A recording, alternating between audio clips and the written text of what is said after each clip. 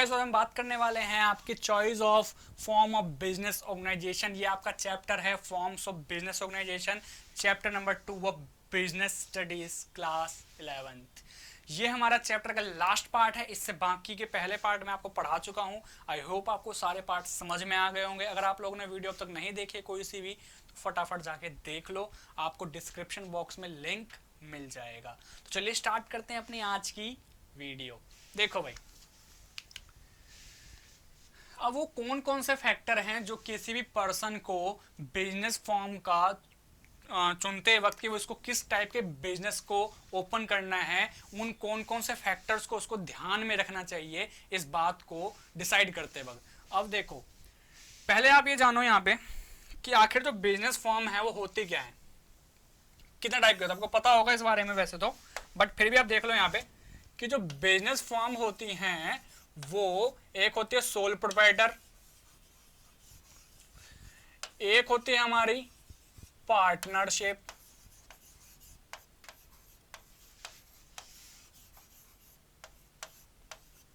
एक होती है हमारी भाई पार्टनरशिप के अलावा जॉइंट स्टॉक कंपनी,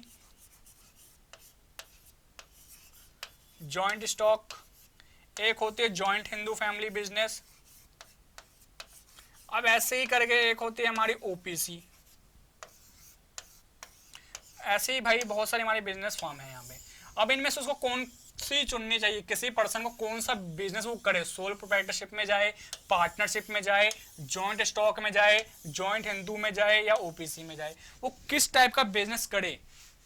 तो इसको डिसाइड करने के लिए वो क्या देखेगा, ये कुछ फैक्टर्स देखेगा जो मैं आपको बताने वाला हूँ यहाँ पे। उन फैक्टर्स को देखेगा और फिर डिसाइड करेगा मुझे इसमें जाना है, उसमें जाना है, किस में जाना है। ठीक है, अब देखते हैं इसके फैक्टर। पहला फैक्टर हमारे पास कैपिटल रिक्वायरमेंट।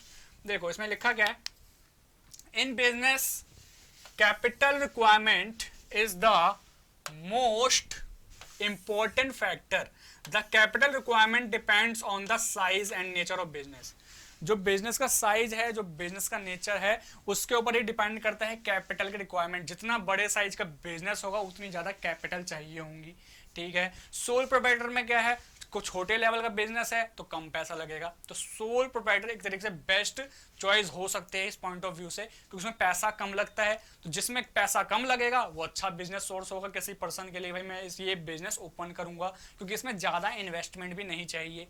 ठीक है, देन अगला पॉइंट, अब manufacturing company concern require more capital than a retail shop. After having estimated the capital requirement, the form of business organization should be selected. जब पता लग गया हाँ भाई इसमें ज्यादा पैसा लगता है, इसमें कम इन्वेस्टमेंट लगता है, तो अब कम वाले को देखो भाई, मेरे को जो है ये मेरे पास पैसे, इन्वेस्टमेंट मेरे पास कम है, तो मेरे पास पैसा कम है, मेरे को इन्वेस्टमेंट भी कम ही कर पाऊंगा, तो मेरे लिए सोल प्रोप्राइटरशिप बेस्ट है। लेकिन मेरे पास पैसा ज्यादा है, मैं इन्वेस्टमेंट कर सकता हूँ अच्छा खासा, तो मैं कंपनी चुन लूंगा, हाँ भाई मैं मैन्युफैक्चरिंग करूंगा। दो सारा डिपेंड करता है पैसे के ऊपर, कितना पैसा लगेगा कितना पैसा नहीं लगेगा ये आप देखोगे, किस में ज्यादा लग रहा है किस में कम लग रहा है, अपने बजट के हिसाब से भी देखोगे मेरे पास किस में पैसा लगाने लायक है, किस में लगाने लायक नहीं है। ये चीज पहला है कैपिटल रिक्वायरमेंट। ठीक है, समझ आई बात आपको यहाँ पे। अगला पॉइंट देखते हैं यहाँ पे, नेक्स्ट है लाइबिलिटी ऑफ ओनर्स। ओनर की लाइबिलिटी कितनी होगी उसको भी डिपेंड करेगा भाई, किस में ज्यादा लाइबिलिटी है किस में कम लाइबिलिटी है, उस पर भी डिपेंड करता है कि किस बिजनेस फॉर्म में जाना चाहिए। तो पहला पॉइंट है हमारे पास, those forms of business which have the minimum risk appear good to the owners. The liability of the owner in sole proprietor business and the partnership business is unlimited. Sole proprietor में और partnership में जो liability होती है वो unlimited होती है, ध्यान रखना। पता लग गया हाँ भाई इसमें ज्यादा लाइबिलिटी है, मतलब अनलिमिटेड का मतलब है कि अगर कल को लॉस होता है बिजनेस को, तो आप अपने घर के पर्सनल असेट को भी बेचकर बिजनेस का लॉस चुकाओगे, तो दैट इज अनलिमिटेड लाइबिलिटी। समझे। अगला point, on the other hand the responsibility of the share holders in a company is limited. अब लिमिटेड का मतलब क्या है, शेयर होल्डर्स की लाइबिलिटी लिमिटेड होती है, मतलब जितने के उन्होंने शेयर खरीदे हैं, मान लो 10,000 के खरीदे हैं तो 10,000 रुपए तक ही उनकी लाइबिलिटी रहेगी। उससे ऊपर कंपनी को लॉस होता है तो शेयर होल्डर कोई जिम्मेदारी नहीं है उसको बियर करने की। ठीक है, मतलब 10,000 तक का लॉस वो सह सकता है, 10,000 के ऊपर वो 1 रुपया नहीं देगा कंपनी को लॉस चुकाने के लिए। समझे बात को। तो ये है हमारा लिमिटेड का मतलब। देन अब है हमारे पास पहला point, facility in formation. Formation में जो फैसिलिटी मिलती है, किस में सही मिलती है किस में नहीं मिलती है, वो चीज डिपेंड करता है कि किस टाइप के बिजनेस में जाया जाए। पहला point, the selection of the form of business organisation is also affected by the formalities to be observed at the time of establishing the business. जब बिजनेस को आप एस्टेब्लिश कर रहे हो उस टाइम पे कौन कौन सी फॉर्मेलिटीज आपको फॉलो करनी पड़ती हैं, उसको उस टाइम पे भी आपको ध्यान रखना पड़ता है। हाँ भाई, इसमें ज्यादा फॉर्मेलिटी मेरे को फॉलो करनी पड़ेगी, इसमें कम करनी पड़ेगी, तो मेरे लिए ये बेस्ट है, ये वो बेस्ट है। तो ये सारी फॉर्मेलिटी भी डिपेंड करती है किस में ज्यादा फॉर्मेलिटी है, किस में कम फॉर्मेलिटी है बिजनेस को कमेंस करने के लिए। पहला पॉइंट। इसके बाद अगला पॉइंट है, for starting a joint stock company expert persons and enough capital R required. अगर आपको जॉइंट स्टॉक कंपनी खोलनी है तो आपको एक्सपर्ट पर्संस की जरूरत पड़ेगी, साथ में आपको इनफ कैपिटल भी चाहिए कंपनी खोलने के लिए, because many formalities have to be performed at the time of establishment. क्योंकि कंपनी की फॉर्मेशन के टाइम बहुत सारी आपको फॉर्मेलिटीज फॉलो करनी पड़ती है। फॉर्मेशन ऑफ कंपनी वाले पॉइंट में आपको बताया था मैंने, जो हमने वीडियो बनाई थी आपके लिए, उस लेक्चर के अंदर, उस वीडियो के अंदर मैं आपको बताया था कि कंपनी को कैसे फॉर्म करा जाता है। तो हमने देखा वो कितनी ज्यादा फॉर्मेलिटीज फॉलो करनी पड़ती है। तो इसलिए जॉइंट स्टॉक कंपनी आपको अगर ओपन करनी है तो आपको ज्यादा पैसा लगाना पड़ेगा, क्योंकि इसमें ज्यादा फॉर्मेलिटीज होती हैं। समझे? अगला point, on the other hand, sole proprietorship, joint Hindu family business and a partnership business can be started without any formality। जबकि आप चाहे पार्टनरशिप खोल लो, चाहे सोल प्रोप्राइटर में चले जाओ, चाहे जॉइंट हिंदू फैमिली बिजनेस कर लो, इन सब में आपकी फॉर्मेलिटीज कम होती है इसको कमेंस करने की। ठीक है, तो जिसमें फॉर्मेलिटी कम होगी वो आप चुन लोगे, क्योंकि फॉर्मेलिटी कम, इन्वेस्टमेंट कम, तो वो अच्छा बिजनेस है, इसका मतलब that is. Then next point,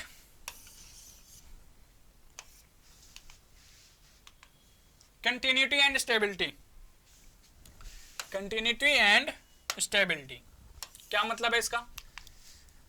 देखो, if an enterprise has the quality of continuity and stability, experts and trained individuals will like to join it and the company will make comparatively more progress। देखो, अगर कोई enterprise है उसकी quality को continue कर सकता है, उसकी स्टेबिलिटी रह सकती है, एक्सपर्ट, तो उसके लिए जो है एक्सपर्ट और ट्रेंड इंडिविजुअल्स की जरूरत पड़ेगी कि and the company will make comparatively more progress. देखो, कोई भी बिजनेस फॉर्म हो, ठीक है, उसमें अगर क्वालिटी है, उसको अगर मतलब स्टैब्लिश रहना मार्केट के अंदर, अच्छे से अच्छा जो है मार्केट के अंदर बने रहना है उसको, तो उसको एक्सपर्ट से जरूरत पड़ेगी, ट्रेंड इंडिविजुअल से जरूरत पड़ेगी, जो उसके एंटरप्राइज को ज्वाइन करे और कंपनी को ग्रोथ करवाने में, प्रोग्रेस करवाने में हेल्प करे। दैट इज अगला point, this facility is inherent in the company form of business organisation because the joining and quitting of the members have no effect on it. देखो, जो ये स्पेशलिटी होती है वो कंपनी में इनहेरेंट होती है, कंपनी के फॉर्म ऑफ बिजनेस में, कि मतलब उसमें स्पेशलिटी इतनी होती नहीं, क्योंकि यहाँ पे क्या होता है, ज्वाइनिंग एंड क्विटिंग जो होती है मेंबर्स की, वो उनका कोई इफेक्ट नहीं पड़ता। मतलब मेंबर चाहे आए, मेंबर चाहे जाए, कंपनी में कोई उसका असर नहीं पड़ता है। तो इसके अंदर जो एक्सपर्ट्स का कितना कोई रोल नहीं होता है कंपनी के अंदर। बट छोटे मोटे एंटरप्राइज के अंदर एक्सपर्ट्स का रोल होता है, एक्सपर्ट्स ही आपको बताते हैं कैसे क्या करना है। बट कंपनी के अंदर एक्सपर्ट कितना सा अच्छा कितना क्यों ना हो, बट उसके वहाँ पे रहे चाहे ना रहे कंपनी के अंदर, कंपनी में आए कंपनी में जाए, कोई इफेक्ट नहीं पड़ता कंपनी के ऊपर, कंपनी के केस में। ठीक है, देन नेक्स्ट पॉइंट, वो आपने सुना होगा ना भाई, 36 आए 36 जाए, हमें इससे कोई फर्क नहीं पड़ता। तो ऐसी कंपनी होती है, चाहे कोई भी एक्सपर्ट है, चाहे कोई भी एक्सपर्ट है, हमारी कंपनी पर कोई इफेक्ट नहीं पड़ने वाला है। दैट इज ठीक है।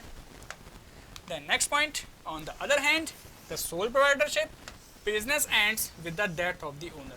sole proprietorship में क्या होता है, जैसी ओनर की डेथ हो गई बिजनेस बंद। That is, अगर सिंगल ओनर उसके बाद कोई देखभाल करने वाला नहीं है बिजनेस का, तो बिजनेस बंद हो जाता है। बट अगर उसका सन वगैरह है, अगर वो करना चाहता है तो वो उसको कंटिन्यू कर सकता है। लेकिन मोस्टली केसेस में क्या होता है, ओनर मर गया, बिजनेस भी खत्म।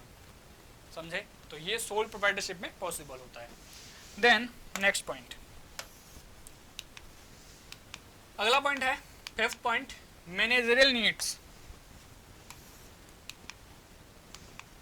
Managerial and administrative needs also influence the decision about the selection of the form of business organisation. जो आपकी बिजनेस ऑर्गेनाइजेशन है उसके लिए आप मैनेजरियल नीड्स भी देखो, आप कितनी मैनेजमेंट की जरूरत है। मतलब आप अगर सोल प्रोप्राइटरशिप में जाओगे तो मैनेजमेंट कम चाहिए, पार्टनरशिप में जाओगे तो थोड़ी मैनेजमेंट ज़्यादा अच्छी चाहिए, कंपनी के अंदर और अच्छी मैनेजमेंट चाहिए। तो आपकी नीड क्या है, उस हिसाब से आप फिर डिसाइड करोगे किस में मेरे को जाना चाहिए। ठीक है। Then if the business happens to be of local nature, local nature का है तो सिंगल इंडिविजुअल जो सफिशिएंट है मैनेजमेंट के लिए, जैसे सोल प्रोप्राइटरशिप, देखो सिंगल ओनर होता है उसके अंदर, तो खुद ही वो सारा काम मैनेज कर सकता है, तो बस वो सफिशिएंट है उसके लिए। Then next point, if the scope of business is wide, अगर वाइड है तो उसके लिए ज़्यादा पर्सन चाहिए, ज़्यादा पर्सन चाहिए तो वो बिजनेस को देखभाल करेंगे, जैसे यानी कि पार्टनरशिप फॉर्म्स। देखो अगर बिजनेस आपका बड़े लेवल पे, बहुत बड़े लेवल पे बिजनेस चल रहा है तो आपको पार्टनरशिप चाहिए फिर उसके लिए, तो उसके अंदर यानी कि मैनेजमेंट आपकी थोड़ी हाई लेवल की होगी, that is. Then next point,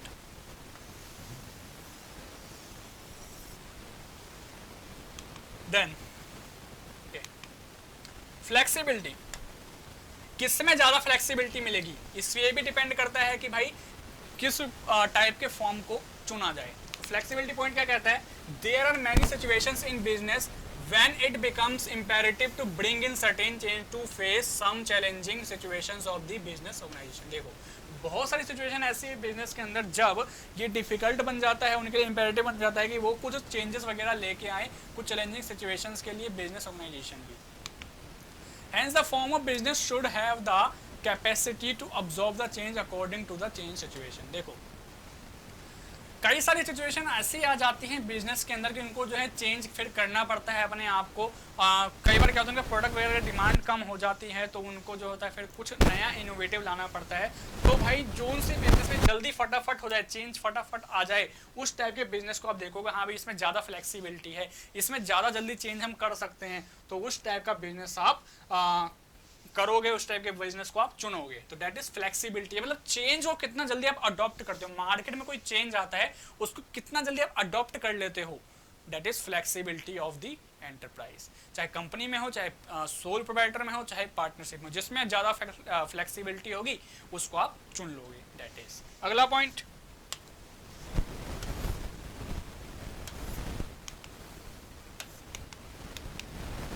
tax liability. Tax liability भी डिसाइड करता है किसमें ज़्यादा अच्छा मुनाफा हो सकता है, किसमें ज़्यादा अच्छा प्रॉफिट हो सकता है। तो इसमें क्या कहता है ये, a business organisation that has a minimum tax liability is considered to be the best choice. कोई भी बिजनेस फर्म जिसकी कम से कम टैक्स लायबिलिटी हो वो बेस्ट मानी जाएगी, बेस्ट कंपनी मानी जाएगी, बेस्ट चॉइस मानी जाएगी बिजनेस फर्म की, दैट इज टैक्स लायबिलिटी। ठीक है। Then scale of production. Production का स्केल कैसा है, छोटे लेवल पे प्रोडक्शन कर रहे हो, बड़े लेवल पे कर रहे हो, किस लेवल पे कर रहे हो, तो वो है स्केल ऑफ प्रोडक्शन। क्या है इसके अंदर, the scale of production plays an important role in the selection of the form of business organisation. आपका प्रोडक्शन का स्केल कितना है, कितना किस लेवल ऑफ प्रोडक्शन कर रहे हो, वो एक बहुत बड़ा फैक्टर है जो डिसाइड करने में हेल्प करता है किस टाइप का बिजनेस आपको फॉर्म करना है। Second point, if the scale of production is large and modern techniques are to use to earn profit the company organisation will be more useful. देखो अगर आपकी प्रोडक्शन का लेवल मतलब बहुत ही हार्ड लेवल पे, एकदम हाई लेवल पे है, तो आपको ज़्यादा अच्छा टेक्निक चाहिए, ज़्यादा अच्छा टेक्निक चाहिए उसको मार्केट में सेल करने के लिए। तो यानी कि अच्छा टेक्निक चाहिए तो अच्छी इन्वेस्टमेंट चाहिए, अच्छी इन्वेस्टमेंट चाहिए तो कहाँ मिलेगी, कंपनी के अंदर मिलेगी। तो इसलिए कंपनी आपके लिए फिर इस टाइप के बिजनेस में हेल्पफुल रहेगी। ठीक है। While in case of business on A small scale, अगर स्मॉल स्केल पे है तो पार्टनरशिप या फिर सोल प्रोप्राइटरशिप भी चल जाएगा। Business can be selected according to the need, जैसी नीड वैसा बिजनेस। ठीक है। स्मॉल लेवल पे है तो स्मॉल लेवल के लिए पार्टनरशिप या फिर सोल प्रोप्राइटरशिप, लार्ज पे है तो कंपनी सुइटेबल रहेगा। Next point, legality.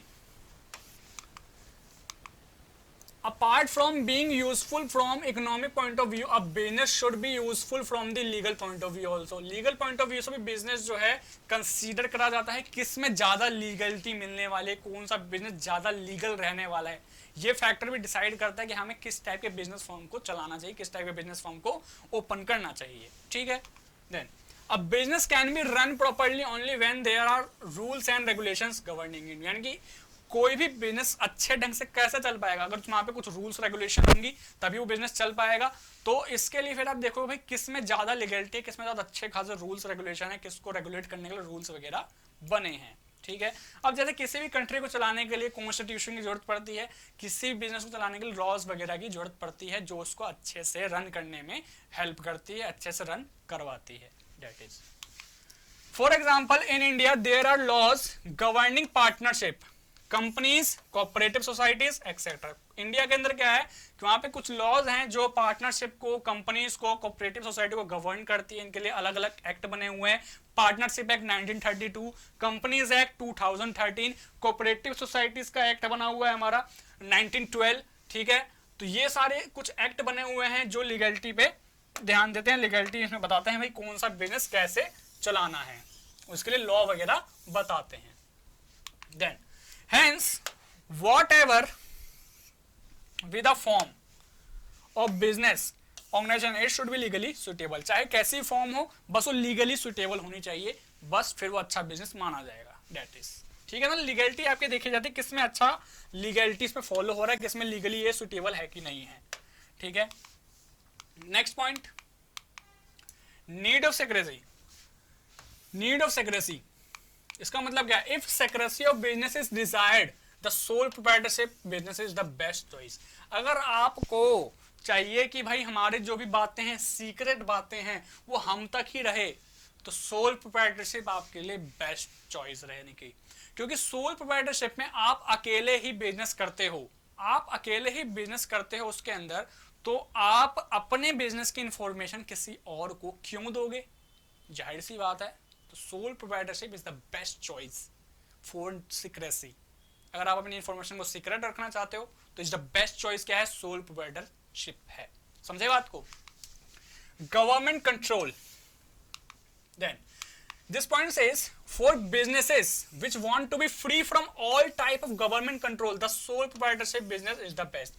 अगर आप चाहते हो भाई गवर्नमेंट का आप पे कोई कंट्रोल ना रहे, if you want that government can control your business, your activities, then you should go with sole proprietorship business। yes, अगर आपको सोल प्रोप्राइटरशिप चाहते हो अगर उसमें, तो आपके ऊपर गवर्नमेंट का कोई कंट्रोल नहीं रहेगा। तो गवर्नमेंट का कंट्रोल भी आप एक फैक्टर है जो डिपेंड करता है, डिसाइड करता है कि किस टाइप का बिजनेस आपको चुनना चाहिए। ठीक है, there is interference by the government in partnership business and even more government interference in the company organization। yes, you have heard right, government may interfere, government interferes in partnership and company also, so you can not go with company or partnership if you want that government can control your activities।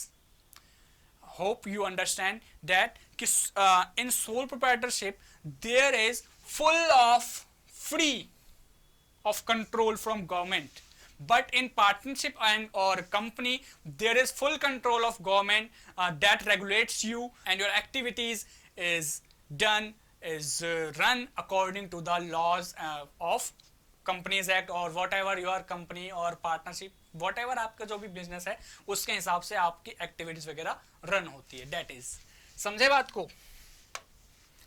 Then we have completed this point, then here it is written that therefore such as business organization should be selected in which government rules can easily be followed and there is no obstacle in the business also, hence partnership business is more useful। so then you will think that what kind of business is more suitable for me, then you should think that in which type of business I can easily follow the all government rules and regulations without any obstacle in it, then you should go with partnership। yes, अगर आप चाहते हैं कि भाई मैं को easily सारे government rules जो है मैं फॉलो भी कर लूँ, मेरे को कोई मतलब ऑब्स्टेकल ना है, कोई रुकावट ना है मेरे को अपनी एक्टिविटी करने में, तो आप पार्टनरशिप में जा सकते हैं। दैट इज ठीक है। एंड देन ये हमारा यहाँ पे एंड होता है। Hope you understand all the things which I have taught in this video.